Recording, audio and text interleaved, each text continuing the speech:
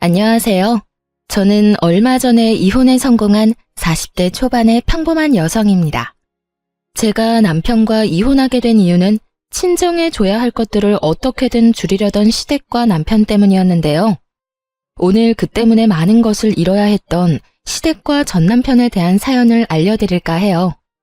저와 남편은 소개팅으로 만나고 1년의 열애 끝에 결혼하게 됐습니다. 당시에 남편 집은 꽤나 잘 사는 집이었고 저희 집은 그다지 잘 사는 편은 아니었죠. 제가 어릴 때는 가난하지 않았던 것으로 기억하는데 그 뒤로 아버지의 사업이 망하면서 점점 안 좋아졌던 것 같아요. 그래도 부모님의 헌신 덕분에 힘든 상황에서도 대학을 졸업하고 대기업에 취직할 수 있었죠.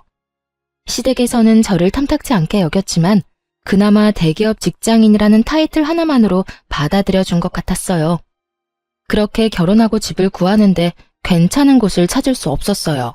직장과 가까우면 너무 금액이 컸고 금액을 맞추면 직장과 너무 멀어지는 상황이니 어느 한 곳 정하는 것이 힘들었어요. 그때 제 눈에 들어오는 매물이 하나 있었어요. 저는 그 매물을 절대로 놓치고 싶지 않았죠. 모든 것이 애매한 조건이었지만 딱 하나 그 집만이 가지고 있는 것이 있었거든요. 바로 할머니와 저의 추억이요. 제가 본 그 구옥은 할머니가 살아계실 때 살던 집이었어요. 아버지 사업이 망하면서 그 집도 팔아야 했는데 정말 무슨 인연인지 제가 결혼할 때쯤 그 집이 매물로 나왔더군요. 저는 남편에게 부탁했어요. 오빠, 나 그 구옥이 너무 갖고 싶어. 왜 굳이 거기야? 거기보다 훨씬 좋은 곳도 많잖아. 근데 가격도 적당하고 직장도 그렇게 멀지는 않고 괜찮은 것 같아. 그리고 왠지 정감 가잖아. 작지만 정원도 있고. 저는 어떻게 해서든 그 집을 저희 신혼집으로 만들고 싶었어요. 안쪽은 리모델링해서 쓰면 새 것처럼 쓸 수 있으니까요. 그리고 무엇보다 그 집의 정원에는 제가 태어났을 때 할머니가 심어준 나무가 있었거든요. 그 나무만은 제가 꼭 다시 보고 싶었던 거였어요. 다행스럽게도 그 집이 가격이 그리 비싸지 않았고 남편 직장과는 더 가까웠기 때문에 리모델링을 한다는 조건으로 그 집을 계약하기로 했어요. 신혼집은 리모델링 비용까지 합쳐서 저희 둘이서 반반 부담하기로 했어요. 그리고 제 돈은 이미 주택 구매 시 다 썼죠. 사실 저는 리모델링 비용을 조금이라도 아끼려고 저희 아버지에게 공사를 부탁하려고 했어요. 저희 아버지는 토목업에 종사하는 분이셨거든요. 공사 인부로 현장에도 가고 따로 의뢰를 받아서 인테리어 수리해주는 일을 하셨어요. 프리랜서로 하는 일이다 보니 많은 돈을 버는 건 아니었지만 그래도 아버지는 솜씨도 좋고 알고 지내는 인부들도 많았기 때문에 한번 부탁을 해볼 생각이었어요. 그런데 제가 그렇게 이야기했더니 시모가 반대를 하더군요. 예, 돈 아끼려고 그런 생각하는 마음은 잘 알겠는데 그렇다고 오랫동안 살 집을 이런 식으로 공사장에서 일만 하던 사람한테 맡기는 게 맞는 건가 싶어. 혹시 문제라도 생겨봐. 그럼 어떡하니? 우리가 너희 아버지한테 책임을 물을 수 있겠어? 그리고 일은 그런 식으로 하는 거 아니야. 아는 사람을 통해서 하면 더 부담스러운 법이다. 어머님, 저희 아버지 공사장에서 일만 하신 건 아니고 원래는 인테리어가 주 업무세요. 일이 없을 때는 공사 현장에 가서 일도 많이 하셔서 그렇지 인테리어도 자신 있는 분야니까 괜찮을 것 같은데? 그건 네 생각이잖니. 네 아버지 솜씨가 좋았으면 여태껏 의뢰가 많이 들어왔겠지.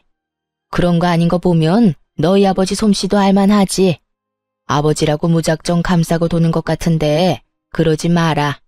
나중에 너희 아버지 욕먹으면 어떡하려고? 그 이야기를 듣는데 빈정이 확 상하더라고요. 기분도 정말 나빴죠. 솔직히 거기에서 대들려다가 꾹 참았어요. 아버지를 불러서 해달라고 해봤자 서로 좋은 소리 못 들을 것 뻔하고 사소한 문제라도 생기면 꼬투리 잡아 아버지를 얼마나 쥐잡듯 잡겠나 싶은 생각이 들었거든요. 그래서 그냥 놔뒀어요. 지들이 알아서 하게. 저야 그냥 굿이나 보고 떡이나 먹자 그런 생각이었죠. 그런데 흘러가는 상황이 묘했어요. 남편은 분명히 믿을 만한 곳이라며 의뢰를 했는데 그 다음부터 벌어지는 상황들이 정상적인 상황이 아니었거든요. 온 집안을 다 뜯어놓긴 뜯어놨는데 정리가 하나도 안 된 상태로 공사 대금을 입금하지 않으면 그 다음 과정으로 넘어갈 수 없다는 말만 하는 거예요. 제가 그래서 남편에게 말했어요. 여보, 그거 조심해야 돼. 돈 먼저 주면 절대 안 되고 고쳐주면 돈을 준다고 이야기해. 만약에 돈 줬다가 안 고쳐주고 그냥 도망가면 우리 돈 다 버리는 거야. 알지? 아, 걱정하지 마. 내가 알아서 할게. 귀찮은 듯 말하는 남편을 보며 괜찮겠지 하는 생각을 했어요. 남편이 그런 멍청한 짓을 하겠나 싶었죠. 그런데 한 달이 지나도록 공사는 여전한 상태였고 인부들은 아예 저희 집에 찾아오지도 않았어요. 그렇게 집이 방치되는 동안 남편이 하는 것이라고는 인테리어 회사에 전화하는 것뿐이었죠. 전화는 받지도 않았지만 끊임없이 전화를 하더군요. 그러더니 곧 눈물을 뚝뚝 흘리며 저에게 말하더라고요. 여보, 나 어떡해? 이 사람들 진짜 미쳤나 봐. 내가 돈을 줬는데도 공사를 안 해줘. 이제는 내가 전화해도 받아주질 않아. 아니, 왜 돈을 줘? 내가 돈 주지 말라고 했잖아. 돈을 안 주면 공사를 안 해준다는데 그럼 어떡해? 나도 어쩔 수 없이 준 거라고. 대체 얼마를 줬는데? 설마 리모델링 비용으로 쓸 돈 다 준 건 아니지? 그게 한 1,000만 원 정도 남았는데 지금 그게 문제가 아니야. 우리 집 사놓고도 못 들어가는 게 더 힘든 거지. 여보, 진짜 집 좀 어떻게 좀 해줘 봐봐. 장인어른한테 부탁하면 안 될까? 너무 걱정되더라고요. 진짜로 이사 들어갈 날짜를 못 맞출까 봐요. 그래서 결국 친정아버지를 부를 수밖에 없었어요. 아버지에게 미안하다고 얘기하고 어쩔 수 없이 중단된 공사를 부탁했죠. 역시 아버지를 통해 부탁하니 모든 일이 일사천리로 잘 풀렸어요. 그리고 결과적으로는 제가 딱 원했던 예쁜 내부가 완성되었죠. 그렇게 리모델링을 끝낸 후 시모의 요청에 의해 집들이를 하게 됐어요. 집에 온 어머님이 그러더군요. 이거 봐, 얼마나 예쁘게 잘 나왔니? 아는 사람이라고 아무한테 맡겼으면 나중에 어쩔 뻔했어. 내가 하라는 대로 하니까 더 낫지? 시모는 저를 흘겨보며 그런 식으로 이야기하더군요. 그 집이 저희 친정아버지가 리모델링 한 거라고는 상상조차 못하는 얼굴이었어요. 저는 속으로 너무 웃겼어요. 무시하던 저희 아버지가 한 리모델링에 감탄하며 칭찬하는 시모를 보는데 속이 어찌나 시원하던지. 그리고 그때 집들이 왔던 고모님이 칭찬을 하고 난리가 났어요. 질부, 너무 예쁘다. 집 어느 회사에서 했어? 우리 집도 이제 다 낡아서 리모델링 해야 되는데. 우리는 이제 곧 이사 가야 하는데 리모델링 하면 돈 더 많이 받을 수 있으니까 생각하고 있어. 정말로 어디서 한 거니? 가르쳐 줄 수 있어? 제가 미소만 지으며 가만히 있자 남편이 고모들을 향해 그렇게 말하더라고요. 이번에 우리 리모델링 우리 장인어른이 해주셨어. 업체 통해서 하는 것보다 더 잘 돼서 나도 기분 좋아. 정말? 너무 좋겠다. 역시 아는 사람 통해서 하면 깔끔하고 좋다니까. 혹시 연락처 가르쳐 줄 수 있니? 우리 집도 어떻게 좀 안 될까? 친정아버지의 솜씨를 찬양하는 고모들을 보며 시모는 깜짝 놀란 듯 하더군요. 아무 소리도 못하고 그 사이에서 입만 꾹 다물고 있더라고요. 옳게, 사돈댁 연락처 좀 알려줄 수 없어? 이렇게 솜씨 좋은 사돈 소개도 안 시켜주고 너무하네. 우리 저번에 리모델링 해야 한다고 말한 적 있잖아. 그때라도 얘기 좀 해주지 그랬어? 그랬으면 여태껏 발품 파는 일 없었을 텐데. 그러게요. 저도 우리 사돈댁이 이렇게 능력이 좋은지 몰랐네요. 아니 며느리가 매번 겸손하게 이야기해서 나는 또 이렇게 출중한지 모르고 고모들 눈에도 예뻐 보이는가 보네요. 그래, 내가 딱 원하는 인테리어가 이런 거였어. 너무 젊지도 않고 너무 나이 들어 보이지도 않고 딱 감각적으로. 그렇죠? 걱정 마세요. 제가 사돈한테 잘 말해서 예쁘게 잘해달라고 말을 해놓을게요. 저희 아버지를 공사장에서 일하는 인부 정도라고 생각하며 무시하던 시모 입에서 결국 친정아버지 칭찬하는 말이 입 밖으로 술술 나오더군요. 속으로 정말 고소했거든요.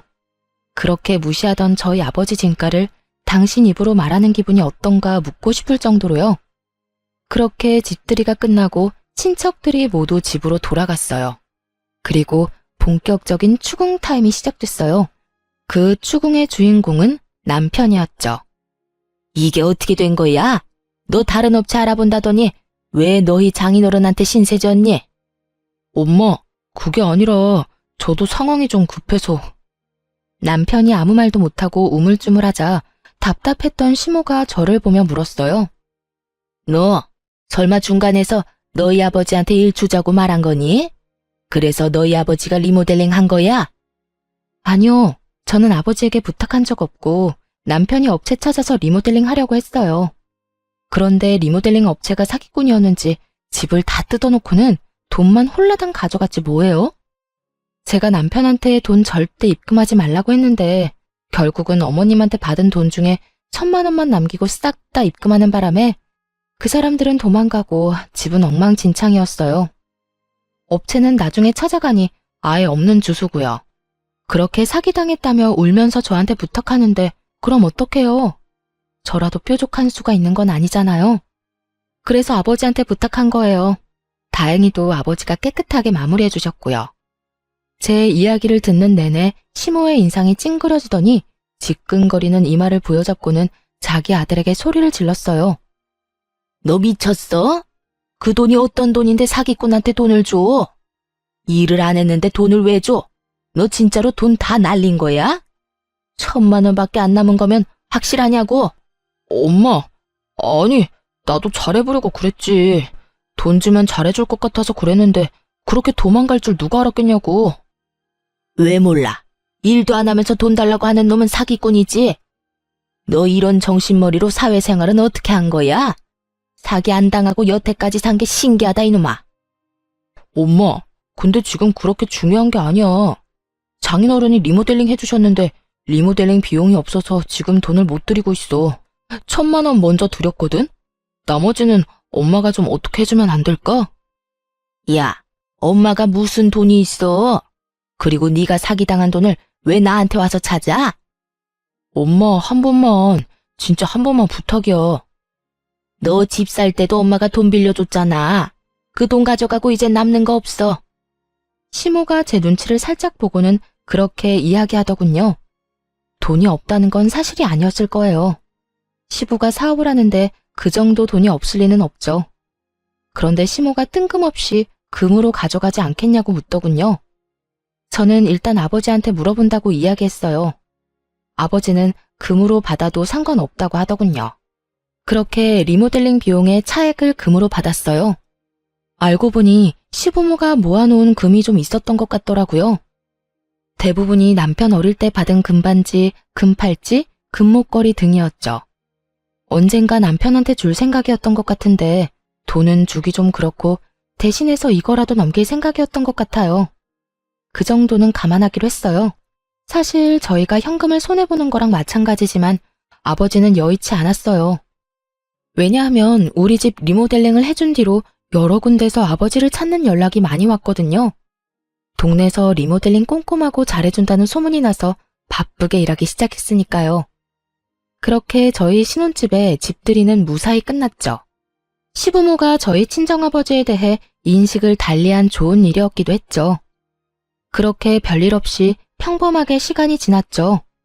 그동안 시부모는 저희 부모님을 무시하는 행동은 보이지 않았어요. 그만큼 저희 아버지 실력이 동네에 소문이 나기 시작했거든요. 그렇게 결혼 3년 차쯤에 친정아버지에게 뜻밖의 연락이 왔어요. 딸, 안사돈이 연락 왔던데 지금 살고 있는 집 리모델링 하고 싶다고 말이다. 내가 해줘도 될까? 일단 너한테는 먼저 이야기해야 할 것 같아서. 저는 솔직히 속으로 깜짝 놀랐어요. 저희 집의 부탁은 절대로 안 할 줄 알았거든요. 그런데 저희 신혼집 상태를 보고 아무것도 모른다며 무시하던 저희 아버지를 찾은 걸 보니 이제야 친정아버지 진가를 알아챘나 싶어서 어깨가 으쓱하더라고요. 그럼 해드려도 되지. 아빠가 상담 잘해서 원하는 대로 잘 맞춰줘.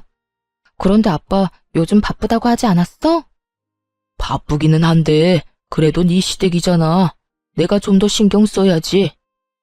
그런데 걱정은 안 돼? 혹시나 만에 하나라도 공사 잘못되면 진짜 아빠 물고 뜯을 사람들이거든. 나는 왜 이렇게 걱정되지? 괜찮아. 아빠가 애도 아니고 알아서 할 테니까 너는 너무 걱정 말고 있어. 그렇게 저의 작은 걱정을 뒤로하고 공사는 완벽하게 끝났어요. 시부모가 원하는 상을 맞추느라 기한이 좀 길어졌지만 그래도 굉장히 흡족할 만한 결과물이 나왔죠. 누구도 그걸 부정할 수는 없었어요. 시부모가 입이 귀에 걸릴 만큼 웃고 있었으니까요. 그런데 문제는 그 뒤에 터졌어요. 공사가 완료됐는데도 공사 대금을 안 주는 거예요. 공사 진행 중에 달라고 한 것도 아니고 공사가 다 완료된 뒤에 달라고 하는데도 계속 미루더군요. 결국 참다 못한 제가 시모에게 먼저 말했죠. 어머님, 저희 아버지 공사 대금은 언제쯤 받을 수 있을까요? 아버지만 일한 거면 상관없지만 함께 일한 아저씨들도 일한 만큼 돈은 가져가야 하잖아요. 그러니까 좀 기다리래도. 우리가 지금 돈이 없어. 너도 알잖니? 너희 시아버지 사업이 요새 좀 많이 힘든 거. 그럼 사업 힘들 때 리모델링은 왜 하셨는데요? 라는 말이 목구멍까지 치고 올라왔지만 일단 참았어요. 그리고 다시 되물었죠. 그러니까요. 아버님 사업 힘든 만큼 저희 아버지도 지금 힘들어요. 저희 아버지는 모르지만 다른 아저씨들은 아마 신고라도 해서 그 돈 당장 받으려고 하실 거예요. 어떡하실 거예요? 신고라는 무서운 단어에 시모도 한 발짝 물러서려는 건지 저한테 거래를 제안하더군요. 택도 없는 거래를요. 내가 공사 대금 안 주겠다는 거 절대 아니야. 돈이 없으니 다른 걸로 줘도 괜찮을까? 이를테면 땅 같은 거. 내가 개인적으로 가지고 있는 땅이 있는데 그걸로 공사 대금 치른 걸로 하면 좋을 것 같은데. 이참에 재테크한다 생각하고. 공사 대금이 약 7천만 원이었거든요. 그런데 땅값이 7천이라는 건 그만큼 아주 작거나 쓸모없는 땅일 확률이 크다는 거잖아요. 땅값이야말로 여기저기 금액대가 다 다른데 게다가 혹시라도 그린벨트로 묶인 지역이면 개발도 안 되고 건축도 제대로 못하는데 받아봐야 소용도 없을 거고요. 저는 반대했어요. 어머님, 그건 좀 아니죠. 어디에 어떤 땅인지는 모르겠지만 그 정도면 서울이나 수도권은 아닐 테고 지방이라도 큰 평수는 아닐 거 아니에요. 그렇다면 산골 오지에 있는 땅이거나 임야 그린벨트 같은 곳일 텐데 제가 뭘 믿고 그 땅을 아버지한테 드려요? 제발 상식적으로 생각해서 말씀 좀 하세요. 여보, 잠시만 내 이야기 좀 들어봐. 내가 가봤는데 굉장히 괜찮은 땅이야. 강원도 깊은 곳에 있지만 경치도 좋고 진짜 나쁘지 않은 곳이라니까. 근처에 집도 몇 채 있어. 완전 오지는 아니고 전원주택 부지로도 좋고. 남편이 급히 시모를 변호하더군요. 남편도 그 땅이 어떤 땅인지 아는 모양이었어요. 저는 한 발짝 물러서기로 했죠. 주소 알려주세요. 제가 직접 알아볼게요. 그렇게 시모가 적어준 주소는 제대로 된 주소가 아니었어요. 근데 두 사람은 제가 바보라고 생각했나 봐요. 아님 그 정도의 상식도 없다고 생각했을까요? 어쨌든 제가 그 주소로 등기부등본을 뗄 거라고는 생각도 못했던 것 같더라고요. 그 주소로 등기부등본을 떼니 소유주가 시모가 아니었거든요. 분명히 주소를 잘못 적어준 게 분명해 보였어요.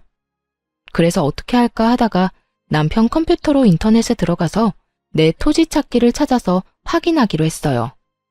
시모에 공인인증서가 있어야 했지만 남편이 예전에 공인인증서 갱신해주고 남편 컴퓨터에 저장하는 것까지 옆에서 본 적 있거든요. 공인인증서 비번도 남편이 포스트잇으로 화면 옆에 딱 붙여놔서 바로 확인 가능했죠. 그렇게 시모 이름으로 된 땅을 하나 찾았는데 인터넷 지도로 확인해보고는 얼얼해진 뒷골을 어루만져야 했어요. 딱 봐도 강원도 산골 완전 오지인데다가 무엇보다 맹지였어요. 그 토지에 인접한 도로라고는 없었거든요. 이딴 땅을 7천만 원짜리 공사대금과 퉁치려는 시모에게 악감정만 드는 그때 순간 스치는 기억이 있었어요. 남편과 연애할 때 남편이 그런 말을 한 적이 있었거든요. 우리 어머니 얼마 전에 사기당했어.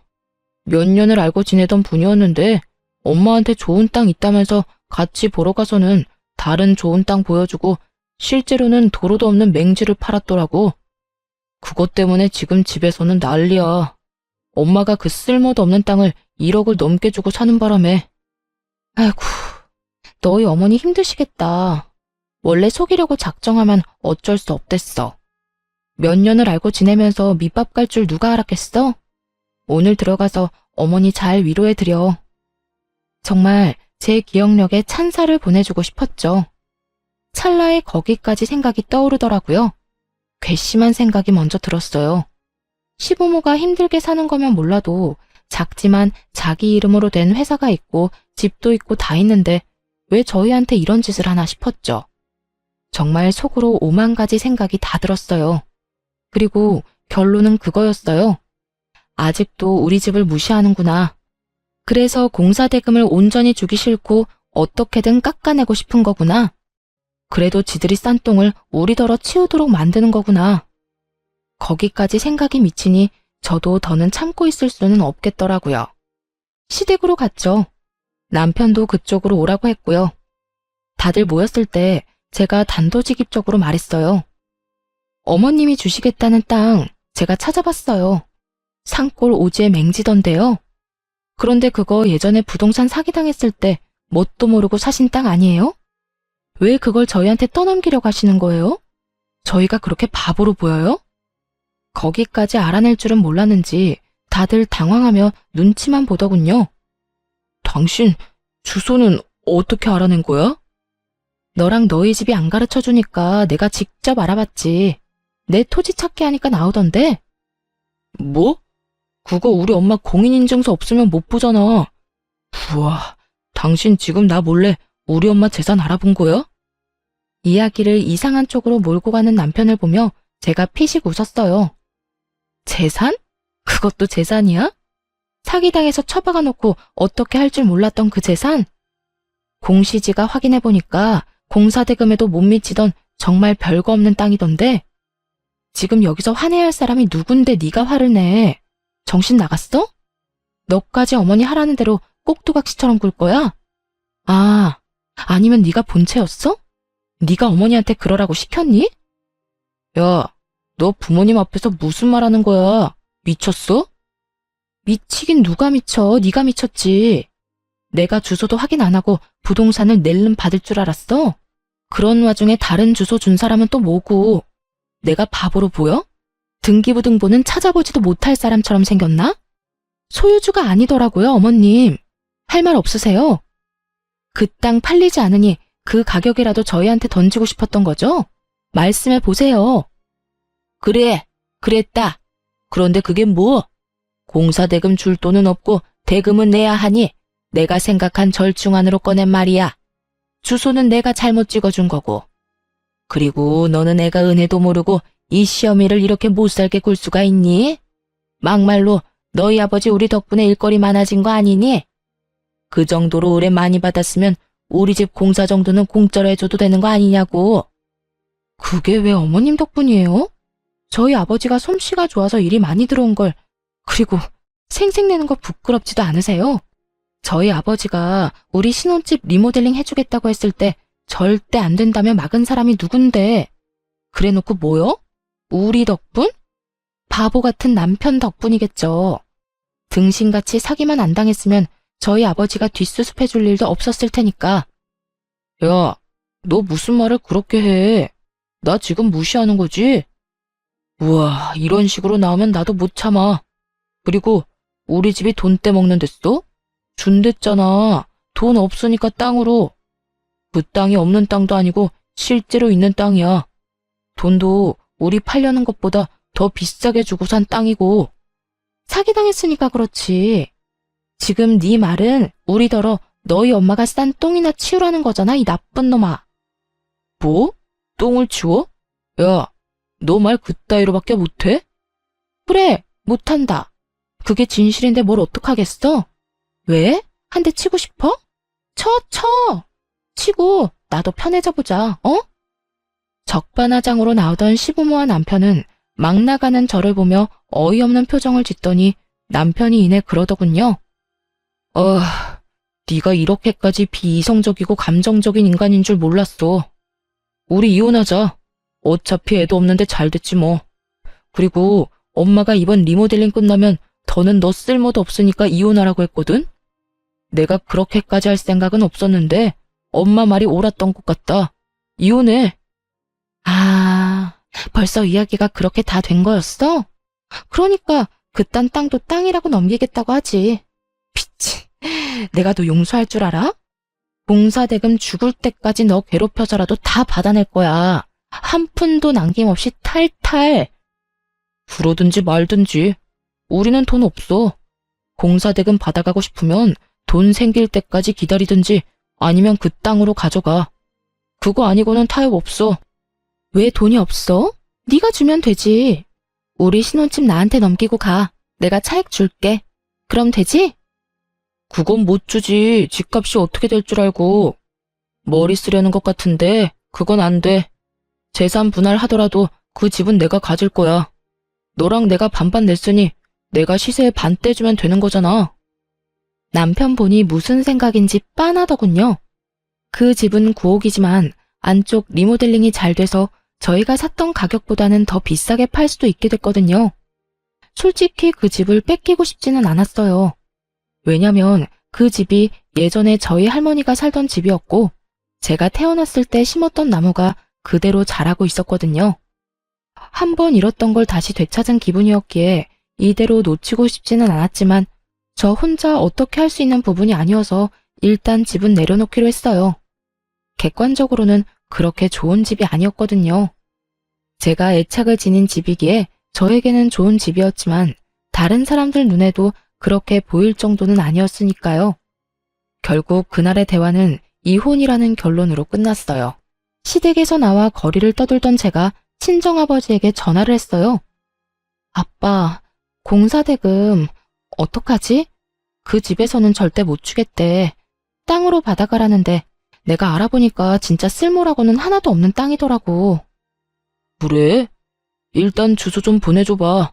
아빠가 한번 알아볼게. 그렇게 이틀이 지났을 때 아버지에게 다시 전화가 왔어요. 그런데 제 생각과 다른 말을 하더군요. 돈으로 줄 생각 없다고 하면 그냥 포기한 척 땅으로 받아. 대신 공시지가로 쳐서 받을 거니까 공사대금에 못 미치는 나머지 2천만 원은 현금으로 달라고 하고. 그 땅 산다고? 아빠, 잘 생각해봐. 그거 진짜 쓸모없는 땅이라니까. 괜찮아, 걱정하지 말고 사. 그 집 사람들 은근히 욕심은 많은데 선택을 잘 못하더라고. 친정아버지가 하는 말을 저는 못 알아듣겠더라고요. 그렇지만 아버지가 그렇게 하겠다는데 제가 뭘 어쩌겠어요. 그냥 그렇게 그 땅을 받기로 하고 이혼했죠. 역시 애가 없어서 그런지 이혼은 순식간에 되더군요. 재산 분할을 했는데 집값을 나눠야 했거든요.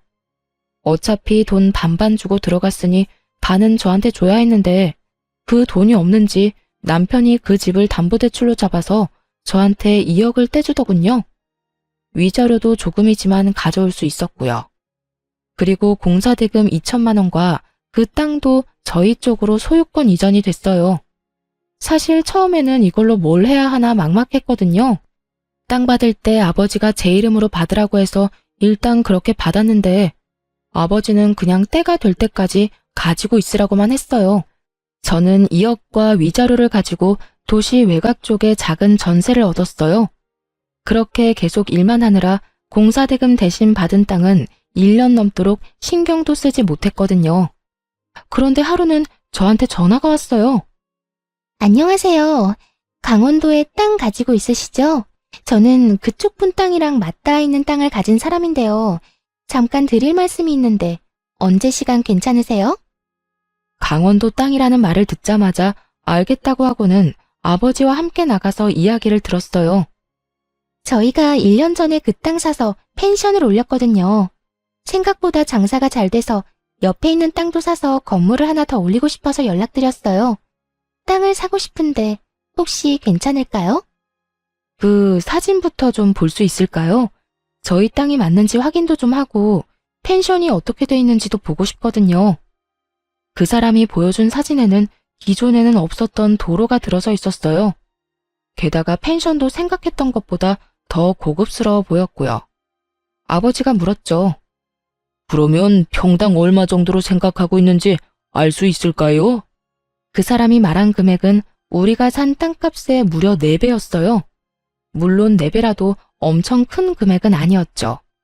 원래 워낙 헐값이었던 땅이었으니까요. 사실 땅 사고 나서 조경사였던 오빠가 그곳에서 여러 가지 식물들을 심어 예쁘게 꾸며놓고 한쪽 구석에 하우스처럼 식물 재배도 하고 있긴 했죠. 그거 보고 마음이 가신 모양이더라고요. 그 조경을 그대로 갖다 쓸 수 있지 않겠나 하는 생각도 한 것 같더라고요. 게다가 도로가 생겨서 맹지가 아닌 게 되고 여러모로 효용성이 높아지면서 상대 쪽도 그만큼 가격을 책정한 거였어요.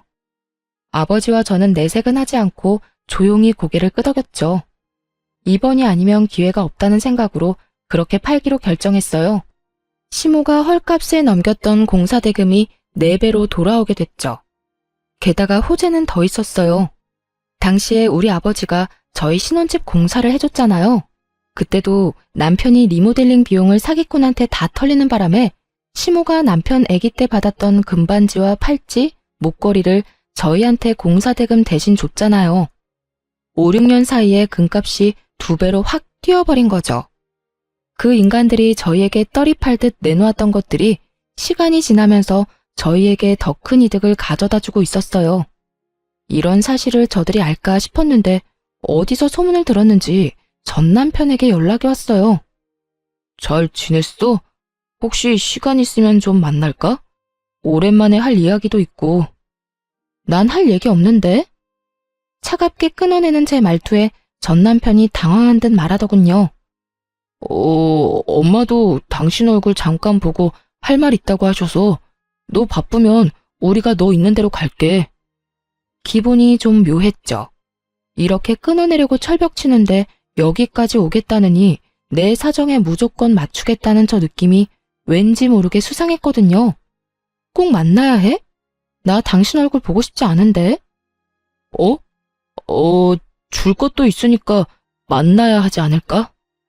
뭔진 몰라도 준다는데 안 나갈 순 없었죠. 혹시 그 집에 뭘 두고 왔나 하는 생각까지 들었으니까요.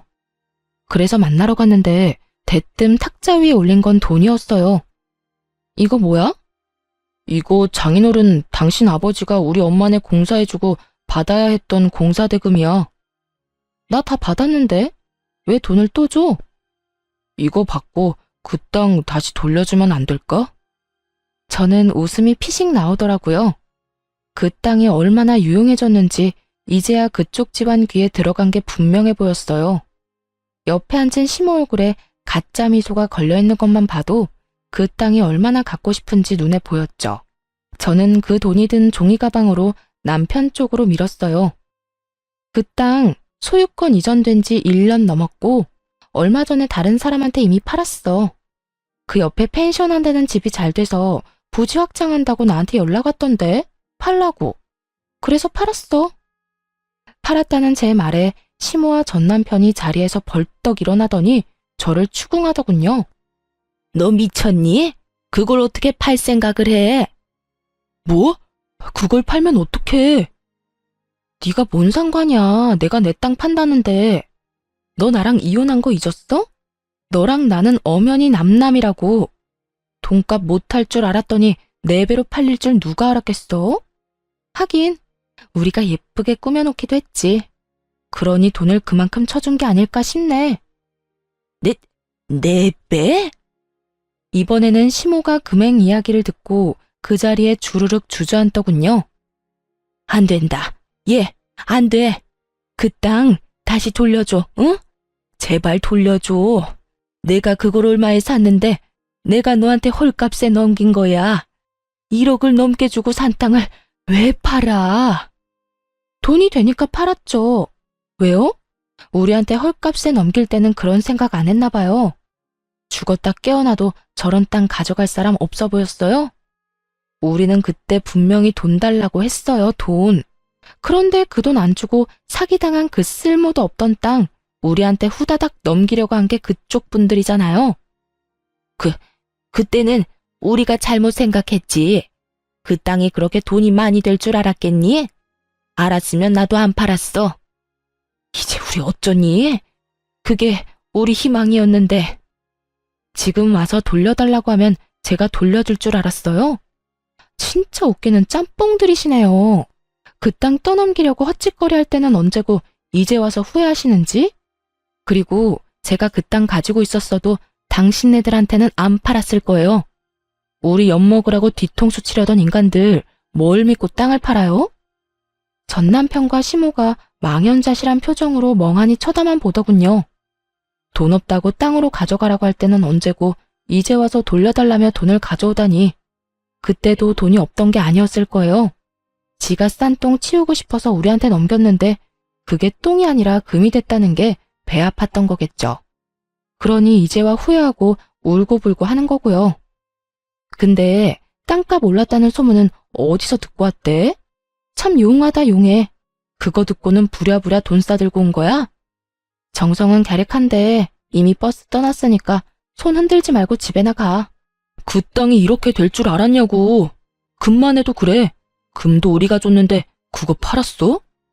금값 더 오른다길래 두고 보는 중이야. 왜? 그것도 달라고? 그것도 계산 다 치른 건데? 제가 두 사람을 약올리는 동안 친정아버지에게 전화가 왔어요. 지금 그 두 사람과 함께 있다고 말하니 친정아버지가 무슨 일인지 스피커폰으로 연결해달라고 하더라고요.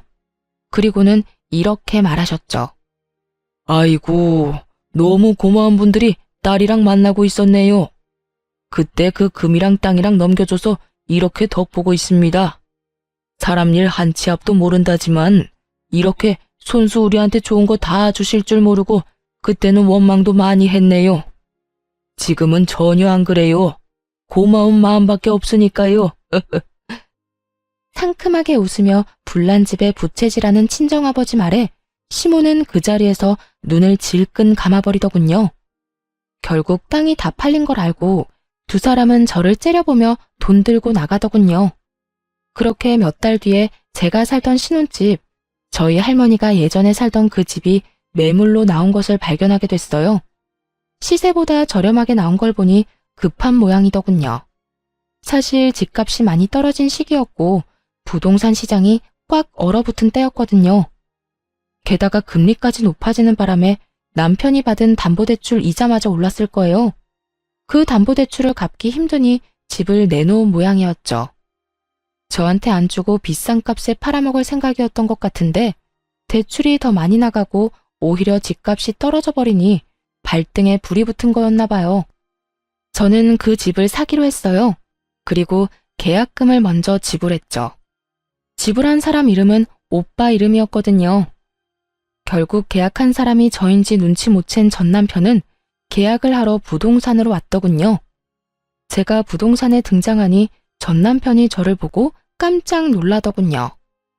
뭐야? 당신이 왜 여기 있어? 내가 계약하려는 사람이거든. 엄밀히 따지면 오빠와 내가 반반 내고 사기로 했어. 당신이 왜 여기에 있냐고. 그 집이 그렇게 갖고 싶었어? 그러고 보니 그렇네. 너 일부러 나 이렇게 놔뒀지?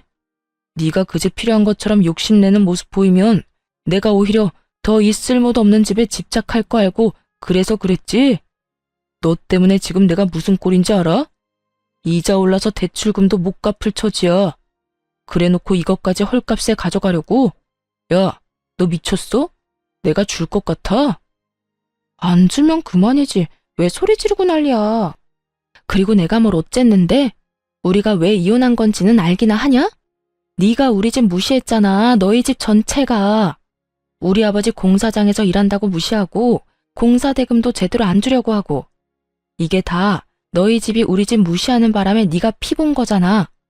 너희가 정당하게 공사 대금 돈으로 줬으면 너한테 억울할 일 있었겠어? 그 금도 다 너희 집 거였고 그 땅도 다 너희 거였어. 누가 달랬어? 지들이 제발 가져가라고 떠밀어 놓고는 이제 와서 누구 탓을 해? 한 입으로 두말하는 양아치 같으니라고. 말 다 했어? 나 안 팔아. 안 팔 거니까 꺼져. 그래? 그럼 관둬. 그럼 계약금이나 배상해. 알지? 2배. 매도자가 계약금을 받은 채로 계약을 파기하면 그 2배를 지불해야 한다는 조건이 있었거든요. 결국 전 남편이 씩씩대며 제게 그 돈의 2배를 돌려줬죠. 그렇지만 제가 그 집을 포기한 건 아니었어요. 계속 주시하고 있었죠. 결국 제가 원하던 연락이 왔더라고요. 아직 그 집 살 생각 있어? 생각보다 집이 안 팔리니 똥줄이 탄 모양이었어요.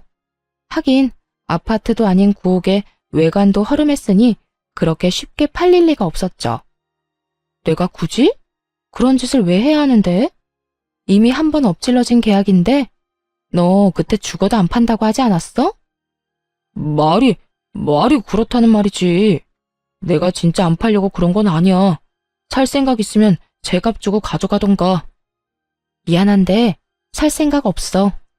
당신이 알아서 잘 처리해. 다시는 연락하지 마.